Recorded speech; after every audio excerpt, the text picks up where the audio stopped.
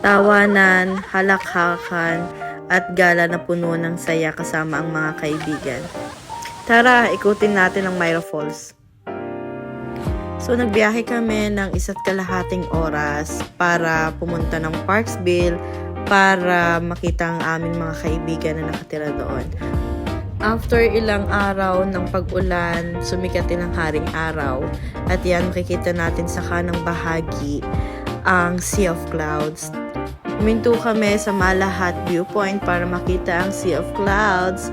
Napakaganda ng araw ngayon.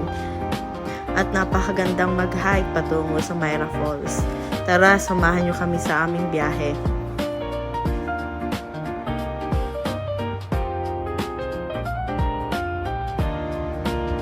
At eto na nga, kasama na namin ang mga kaibigan namin from Parksville.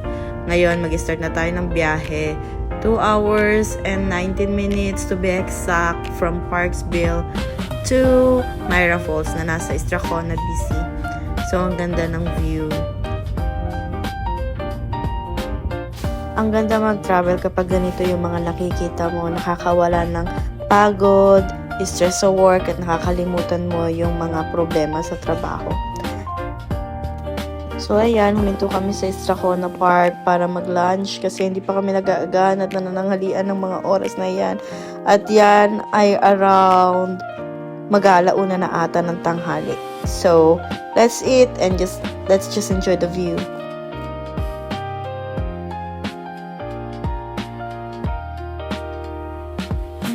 At eto na nga, narating na namin ang Myra Falls. Yan, so yan yung pupuntahan namin. So maraming nakatumbang puno and wala nang snow kasi tunaw na yung yelo. So yan, kailangan namin hakbangin yan. So let's go to the falls. Malayo-layong hike, 15 minutes na akyat at baba.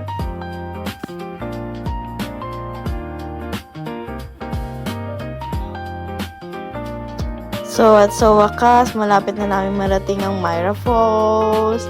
Parang 2 minutes walk na lang dyan. Makikita na namin yung Middle Falls.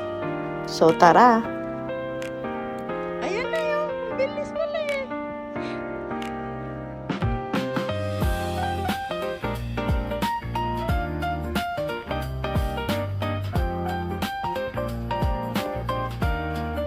At ito na nga, narating na namin ang Middle Falls. Yan, salamat sa kumare namin na kumukuha ng video. Napakaganda ng falls, nakakawala ng pagod, at nakaka-relax ng isip.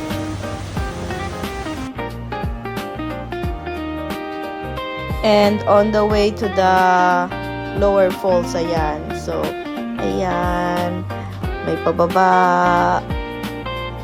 So, nahirapan kami bumaba dyan kasi medyo matarik yung daan. Pero worth it naman kapag makikita mo na ang falls. So, ayan.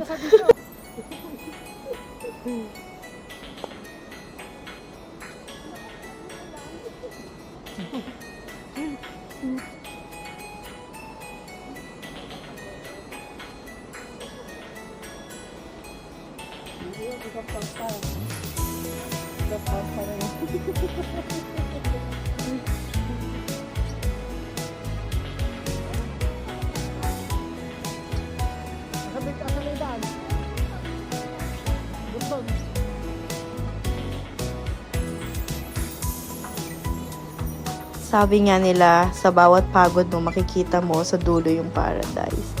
Yes, napakaganda ng falls sa baba and worth it yung hike.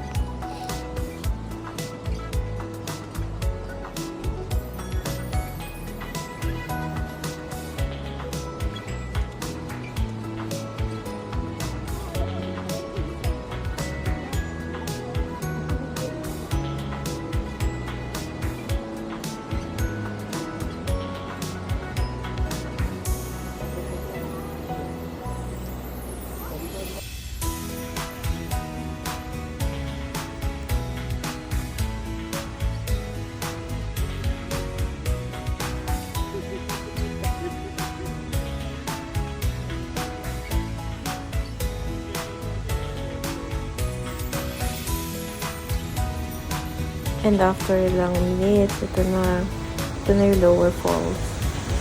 Napakaganda. Para kang nasa paradise. So, next naman is yung Lady Falls. Pero, on the way, hindi na kami tumuloy kasi makikita nung aking asawa yung barefoot sa gilid. So, hindi na kami tumuloy kasi mahirap na at saka paggabi na rin. So, kailangan na namin bumalik.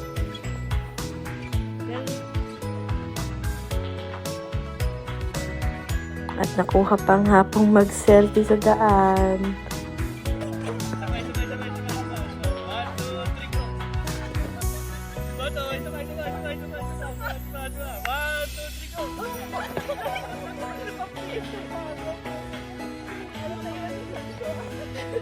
Malayo man ang biyahe, at least na-reset ang ating mga isipan at tayo na-relax. So hanggang dyan na lang uli, hanggang sa susunod.